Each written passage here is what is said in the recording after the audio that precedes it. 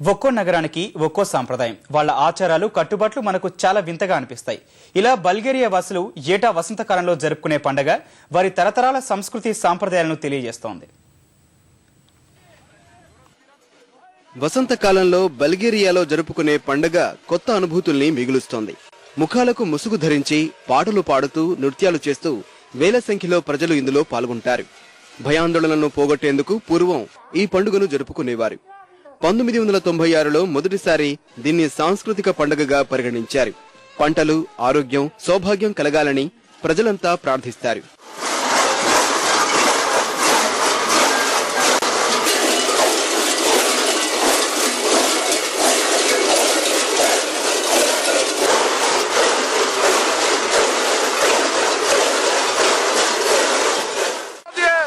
za Berećet, za Žito, za всичко едно. И най-вече, коя не е ясна, не може тази година да забременеят да фарят мечката, прегази и да годи да близни.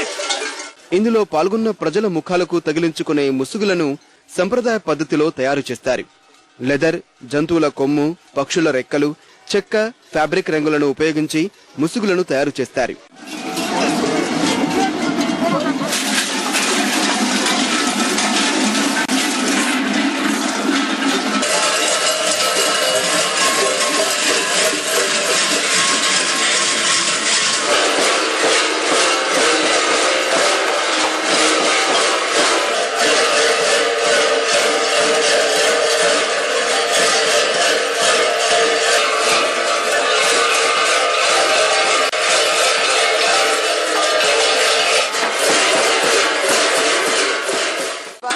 Навсякъде по Европа се правят карнавали, т.е.